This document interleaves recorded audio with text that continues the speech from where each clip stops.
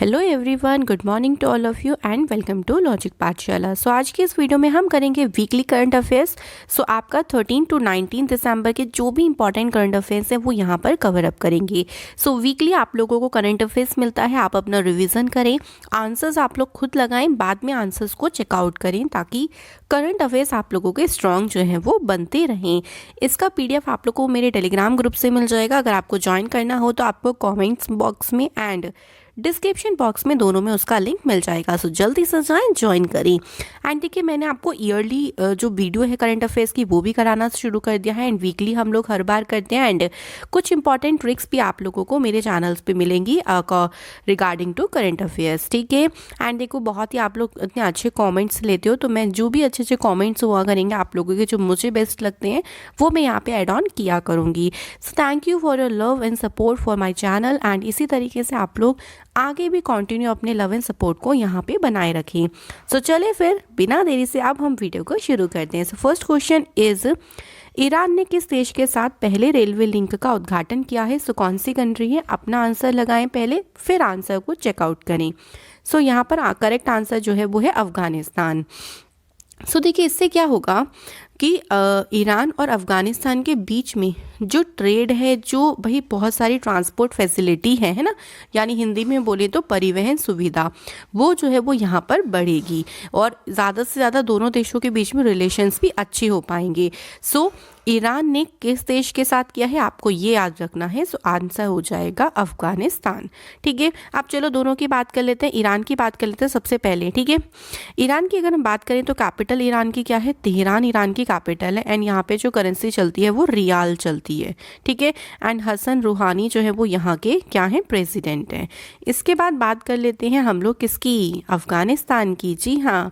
सो अफ़गानिस्तान की कैपिटल की बात करें तो भी पता होना चाहिए भाई, काबुल है यहाँ की कैपिटल। एंड यहाँ पे जो करेंसी चलती है वो चलती है अफगानी यहाँ की करेंसी है। एंड प्रेसिडेंट का नेम क्या है? अशरफ गनी यहाँ के प्रेसिडेंट है। तो first question will be clear ना। चलो बढ़ते हैं अगले क्वेश्चन पे। सो नेक्स्ट क्वेश्चन देखो, पूछा है कि चीन ने XSLC, इसकी फुल फॉर्म देखो आप लोग पता होना चाहिए, ये चीन का सैटेलाइट सेंटर का नेम है। तो शिचैंग सैटेलाइट लॉन्चिंग सेंटर, ये इसकी फुल फॉर्म है। तो यहाँ से उसने अभी हाल ही में कितनी सैटेलाइट्स को सक्सेसफुली लॉन्च किया है? सो चाइना ने अभी यहाँ से 2 सैटेलाइट को सक्सेसफुली जो है वो लॉन्च किया है। और ये 2 सैटेलाइट क्या काम करेंगे? तो इसमें एक मिशन रखा गया है, GECAM मिशन इसका नाम है, यानी gravitational wave high energy electromagnetic counterpart. So इसमें होगा क्या? देखो, जो भी हाई एनर्जी वाले जितने भी हम लोग यहाँ पर मिशंस भेजते हैं उनको मॉनिटर करेगा। ये जो सैटेलाइट्स हैं उनको मॉनिटर करने का काम करेंगी। सो किसने भेजा है आपको ये ध्यान रखना है। तो आंसर चाइना। एंड कितनी सैटेलाइट्स को भेजा है? तो 2 सैटेलाइट को जो है वो चाइना ने भेजा है। चाइना की कैपिटल, भाई चाइना की कैपिटल है बीजिंग। यहाँ पे करेंसी जो है वो चलती है रेन मिन भी यहाँ की करेंसी है। एंड प्रेसिडेंट का नेम क्या है? शी जिनपिंग यहाँ के जो है वो प्रेसिडेंट है। तो ये चीज़ें आप लोगों को पता होना चाहिए, तो रिवीजन में हम लोग बार बार इसको रिपीट करते रहते हैं। चलो बढ़ते हैं अगले क्वेश्चन पे। नासा की एक फेमस, अभी नासा ने एक मिशन भेजा है आर्टेमिस जिसका नेम है। सो उसके लिए कौन से इंडियन ओरिजिन एस्ट्रोनॉट को चुना गया है? सो उनका नेम क्या है? राजा चारी उनका नेम है। तो देखो, ये थर्ड जो है वो इंडियन ओरिजिन के व्यक्ति हैं जिनको, या फिर एस्ट्रोनॉट है जिनको नासा ने अपने मिशन के लिए चुना है। इससे पहले सबसे पहले 1997 में जो है वो कल्पना चावला को चुना गया था। उसके बाद 2006 में जो है वो सुनीता विलियम्स गई थी। और अब तीसरे ऐसे इंडियन ओरिजिन एस्ट्रोनॉट हैं जो नासा के मिशन पर जा रही हैं। सो ध्यान रहेगा ना, ये जो मिशन होगा देखो 2024 में इसको भेजने की तैयारी चल रही है। और इस मिशन के अंतर्गत पहली बार एक वुमेन जो है वो मून के सरफेस पे अपना कदम रखेंगी, ठीक है। अब देखो, नासा की बात हुई है तो नासा की फुल फॉर्म पता है, national aeronautics and space administration. इसकी स्थापना हुई थी कब? 29 जुलाई 1958 को। और इसका हेडक्वार्टर जो है वो वॉशिंगटन DC में है, ठीक है। तो आई होप सो सभी के क्वेश्चंस अच्छे जा रहे होंगे, अच्छे से आप लोग आंसर कर रहे होंगे। चलो बढ़ते हैं अगले क्वेश्चन पे। पहले हम लोग देखो इंटरनेशनल न्यूज़ कवर कर रहे हैं, फिर हम लोग अपने इंडिया की कवर करेंगे। अगला क्वेश्चन देखो क्या है, भारत ऊर्जा भंडारण गठबंधन ने भारत में ऊर्जा भंडारण के लिए मतलब एनर्जी स्टोरेज के लिए कौन से संगठन के साथ जो है वो यहाँ पे कोलैबोरेशन किया है? सो आंसर इज, बताओ, UNIDO। भाई UNIDO की फुल फॉर्म भी पता होना चाहिए, तो इसकी फुल फॉर्म देखो क्या है, यूनाइटेड नेशंस इंडस्ट्रियल, ठीक है, इंडस्ट्रियल डेवलपमेंट, मैं शॉर्ट में लिख रही हूँ, डेवलपमेंट ऑर्गेनाइजेशन, ठीक है। तो ये इसकी फुल फॉर्म है। I hope so full form अब आपको पता चल गई होगी। इसमें क्या किया जाएगा कि भाई हम अपनी एनर्जी को, एनर्जी कैपेसिटी है उसको कैसे बढ़ा सकते हैं और एनर्जी के भंडार को और भी ज़्यादा किस तरीके से इंक्रीज़ कर सकते हैं, इस बात पर काम किया जाएगा। सो बस आपको ध्यान रखना है कि किसके साथ ये कोलैबोरेशन की गई है। सो UNIDO के साथ कोलैबोरेशन की गई है। चलो बढ़ते हैं अगले क्वेश्चन पे। अमेरिका ने देखो रूसी मिसाइल प्रणाली, यानी अभी जो रूस का S-400 मिसाइल सिस्टम था, इसके खरीद के लिए कौन सी कंट्री पर यहाँ पर बैन लगाया है? सो अमेरिका ने टर्की पर बैन लगाया है। क्यों? क्योंकि अमेरिका को ऐसा लगता है कि ऐसा करने से यूरो अटलांटिक जो अलायंस है उस पे खतरा मंडरा सकता है। और इसके अलावा देखो ये जो मिसाइल सिस्टम है ना, ये बहुत ही पावरफुल वेपन है। ये सिस्टम इतना कैपेबल है कि ये एयर से, मतलब ग्राउंड से एयर पे अटैक कर सकता है। किसी भी एयरक्राफ्ट, कोई भी क्रूज मिसाइल होगा, कोई भी न्यूक्लियर मिसाइल होगा, उसको 400 किलोमीटर तक ये जो है वो मार सकता है। तो इसकी रेंज बहुत ज़्यादा है, बहुत पावरफुल वेपन है। तो उसे ऐसा लगता है कि भाई टर्की जो उससे खरीदेगा तो रूस के पास भाई ऑब्वियसली इनकम जाएगी, है ना, और रूस पावरफुल रहेगा, टर्की के पास ये सिस्टम आ जाएगा, टर्की पावरफुल बन जाएगा। तो अमेरिका भाई ऐसा नहीं चाहता, तो बस अमेरिका ने टर्की पर जो है वो सिस्टम के लिए बैन लगाया है। ठीक है, चलो अगला क्वेश्चन। ये एक एक्सरसाइज का नेम है, देखो, Shaheen joint air force exercise. तो पाकिस्तान ये एक्सरसाइज कौन सी कंट्री के साथ करता है? कौन सी? आंसर इज चाइना, बिल्कुल सही।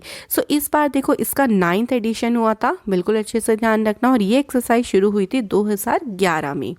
मेन पर्पस क्या होता है? दोनों की जो लड़ाकू प्रशिक्षण क्षमता है उसको और भी ज़्यादा बेहतर करना, ये इसका जो है वो मेन पर्पस है। ठीक है, तो पाकिस्तान ने ध्यान रखना है कि चाइना के साथ ये एक्सरसाइज की है, नाम शाहीन एक्सरसाइज।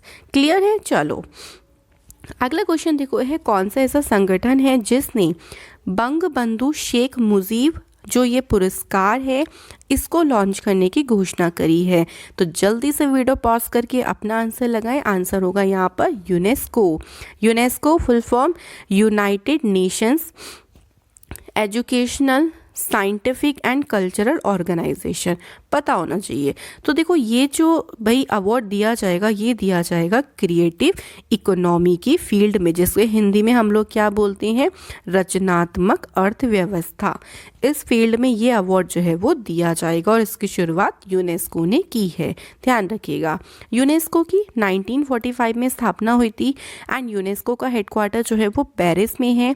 इसके जो हेड है उनका नाम क्या है? ऑड्रे अजौले, ये जो है वो यूनेस्को के हेड हैं। ठीक है, तो आप लोगों को एक्स्ट्रा फैक्ट्स को भी याद करना ज़रूरी है। चलो 8th क्वेश्चन देखो, अमेरिका ने किस अफ्रीकी देश को आतंकवाद के राज्य प्रायोजकों की सूची से हटा दिया है? सो कौन से ऐसी अफ्रीकन कंट्री जिसको हटाया गया है? आंसर क्या है? सूडान इसका जो है वो करेक्ट आंसर है। सूडान को अमेरिका के द्वारा इस लिस्ट में 1993 में डाला गया था। सो फाइनली सूडान को ये जो भाई गिफ्ट है वो अमेरिका की तरफ से दिया गया है। और क्यों दिया गया? देखो अभी सूडान ने इजराइल के साथ जो है वो अपना समझौता, मतलब अपने संबंध अच्छे कर लिए, बेहतर बना लिए, और उसी को देखते हुए अमेरिका ने सूडान को जो है वो ये तोहफा दिया है। अब देखो इस लिस्ट में जो है वो अभी भी कौन सी कंट्रीज़ हैं जो इस लिस्ट में अभी भी रह गई हैं? सो नॉर्थ कोरिया इस लिस्ट में है, इसके अलावा ईरान इस लिस्ट में है और सीरिया इस लिस्ट में है। तो ये 3 कंट्री ऐसी हैं जो अभी भी list of state sponsors of terrorism की लिस्ट में बची हैं। तो इन 3 कंट्रीज़ का नेम भी आप लोगों को क्या करना है? याद करना है। ठीक है, बड़े अगले क्वेश्चन पे चलो। नेक्स्ट क्वेश्चन है, कौन सी कंट्री ने अंगारा A5 स्पेस रॉकेट को लॉन्च किया है? सो वीडियो पॉज करें, आंसर लगाओ। आंसर हो जाएगा रशिया। सो ये जो अंगारा A5 स्पेस रॉकेट है, इसको जो है वो लॉन्च किया गया है रशिया के द्वारा। और ये एक तरीके का रॉकेट जो है वो एनवायरमेंटली फ्रेंडली है। एनवायरमेंट फ्रेंडली कैसे, मतलब जो इसमें फ्यूल यूज़ किया गया है वो एनवायरमेंटल फ्रेंडली है, उससे एनवायरमेंट को ज़्यादा हानि नहीं पहुंचेगी। ठीक है, रशिया ने भाई इसको लॉन्च किया है, तो रशिया की बात ही कर लेते हैं। रशिया की कैपिटल मॉस्को, करेंसी यहाँ पर चलती है रूबल, एंड यहाँ के प्रेसिडेंट का नाम क्या है, व्लादिमीर पुतिन। ठीक है, यहाँ के जो है वो प्रेसिडेंट है, सो ध्यान रहेगा। एंड रशिया की स्पेस एजेंसी का नेम क्या है, पता होना चाहिए, तो रोसकॉसमोस यहाँ की जो है वो स्पेस एजेंसी है रशिया की। जिसे इंडिया की इसरो है, अमेरिका की नासा है ना, ऐसे ही। चलो अगले क्वेश्चन में देखो क्या पूछा है कि कौन सी कंट्री की आर्मी ने मनोज मुकुंद नरवाने को गार्ड ऑफ ऑनर से सम्मान किया है, तो ये आंसर हो जाएगा सऊदी अरब। सो देखो पहली बार ऐसा हुआ है, हमारे आर्मी चीफ जो हैं वो किसी गल्फ कंट्री में गए हैं। गल्फ कंट्री का मतलब होता है खाड़ी देशों की यात्रा पर गए हैं, और वो गए हैं सऊदी अरेबिया और यूएई, इन 2 देशों की यात्रा पर गए थे, ध्यान रखिएगा। उसमें से सऊदी अरेबिया ने जो है वो मनोज मुकुंद नरवाने को गार्ड ऑफ ऑनर से सम्मानित किया है, तो आंसर याद रहेगा ना, सऊदी अरेबिया इस क्वेश्चन का बिल्कुल सही आंसर है। चलो 11th क्वेश्चन है, ब्रिटेन 2021 में कौन से G7 शिखर सम्मेलन की मेजबानी करेगा। सो देखो इम्पॉर्टेंट है कि ये जो 2021 में यानी अगले साल में G7 शिखर सम्मेलन होगा, इसको होस्ट ब्रिटेन करेगा।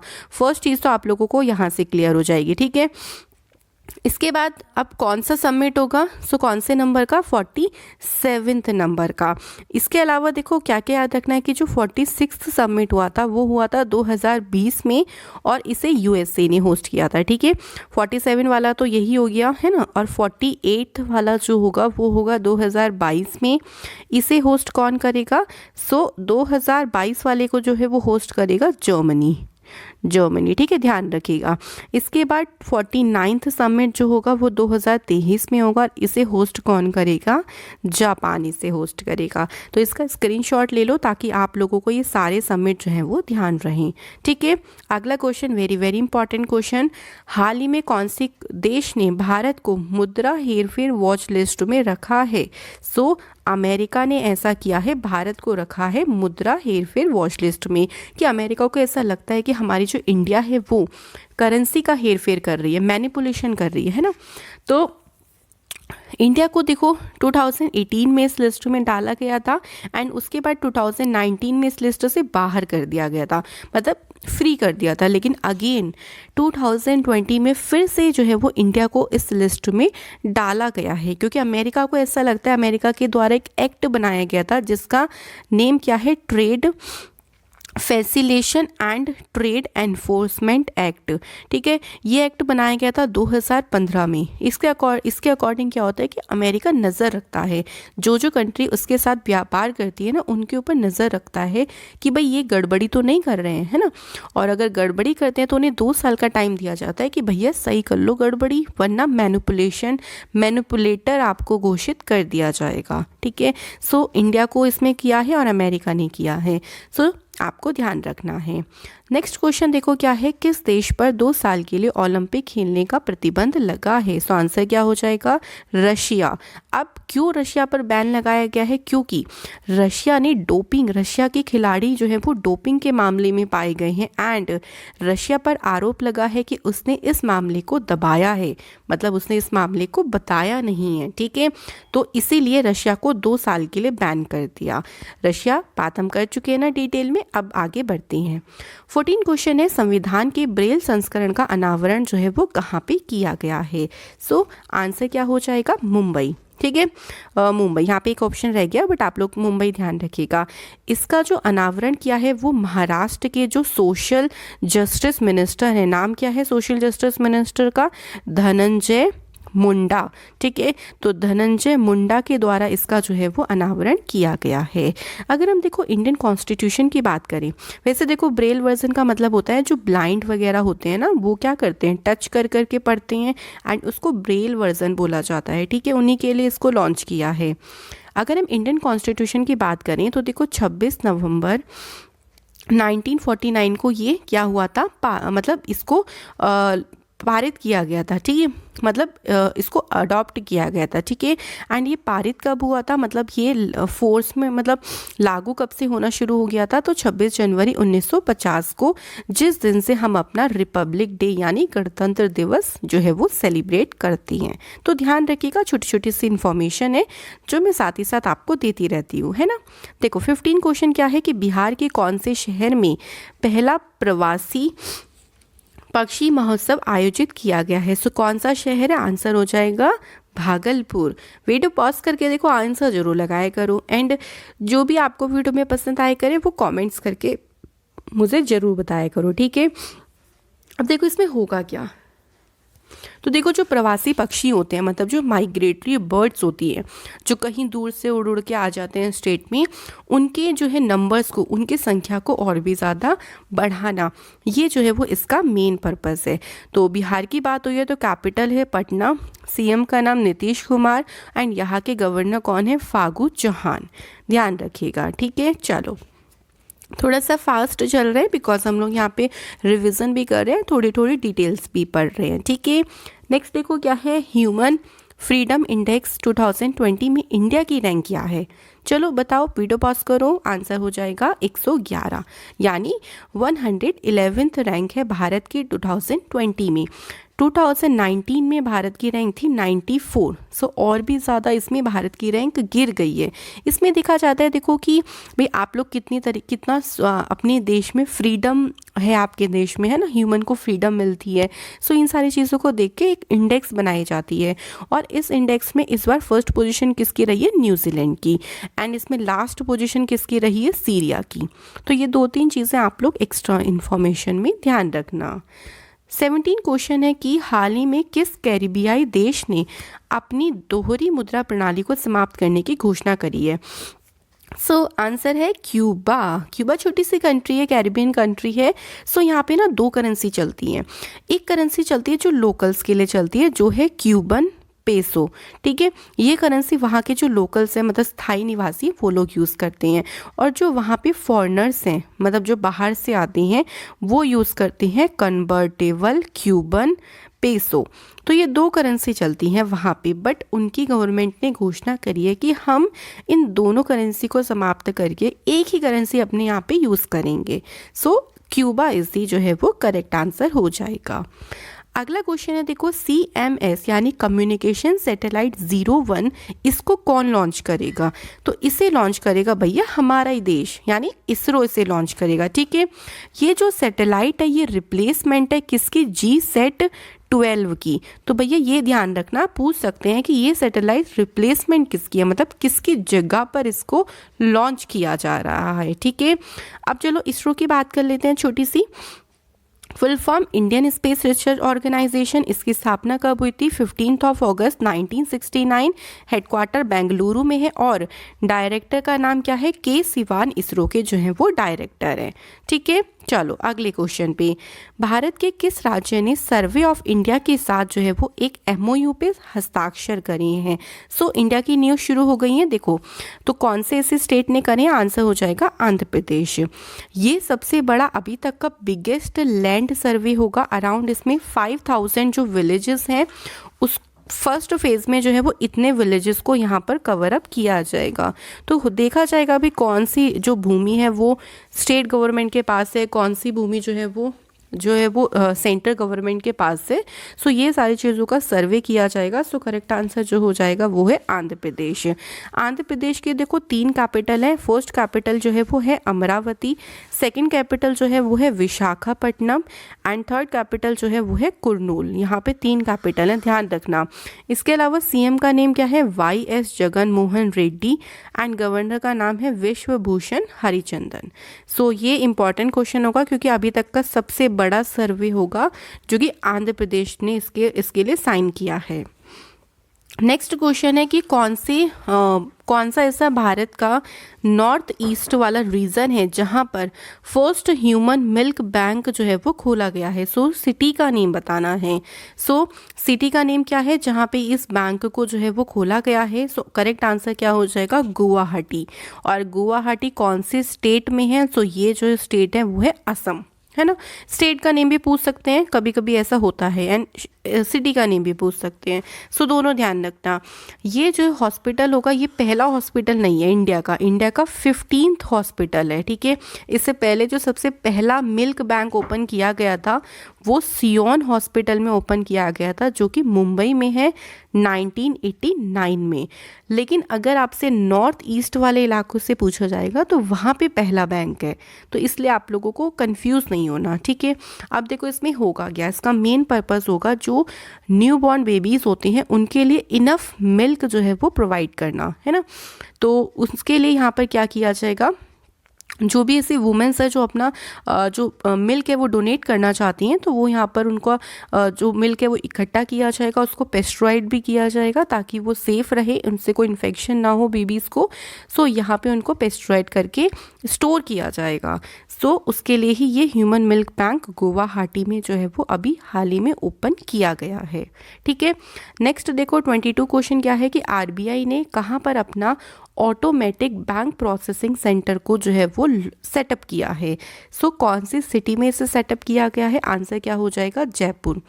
मेन इसका काम क्या होगा कि जो आरबीआई के नोट होते हैं, है ना, उनकी स्टोरेज उनको आगे फॉरवर्ड करना इसका मेन पर्पस रहेगा, ठीक है। क्योंकि आजकल जो है वो बैंक में नोटों का प्रचलन बहुत ज़्यादा बढ़ गया है और उसी से निपटने के लिए ये automatic bank processing centre Jaipur में स्टेबलाइज किया जा रहा है, मतलब सेटअप किया जा रहा है। आरबीआई जो कि इंडिया का सेंट्रल बैंक है, इसकी स्थापना 1 अप्रैल 1935 को हुई थी। इसका जो हेडक्वार्टर है मुंबई में है और वर्तमान में गवर्नर कौन है, शक्तिकांत दास, जो कि 25th गवर्नर है आरबीआई के, ठीक है।